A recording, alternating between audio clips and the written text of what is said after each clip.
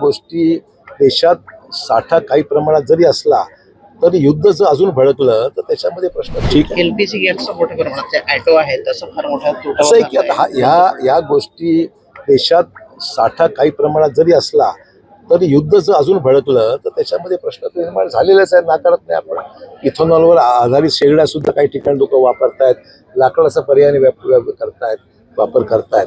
पण मुद्दा एवढाच आहे की आता की ही परिस्थिती जी आहे ही आंतरराष्ट्रीय परिस्थिती, संकट जे आहे ते आंतरराष्ट्रीय संकट आहे आणि जोपर्यंत युद्ध हे संपत नाही तोपर्यंत आपला प्रयत्न आहे आपला या देशांशी संपर्क साधून आपल्या जो गॅस लागतो, आपलं पेट्रोल लागतं ते सुद्धा आपण आणण्याचा प्रयत्न काही प्रमाणात देशाला परवानगी मिळते। आपला हॉर्मझ स्ट्रेट जो आहे तिथून जे आणण्यासंदर्भातली जी काही प्रक्रिया आहे ती आंतरराष्ट्रीय पातळीवर आपल्या देशाचे पंतप्रधान प्रयत्नशील आहेत, तिथल्या पंतप्रधानांशी बोलतायत आणि भारतात सप्लाय येतोय।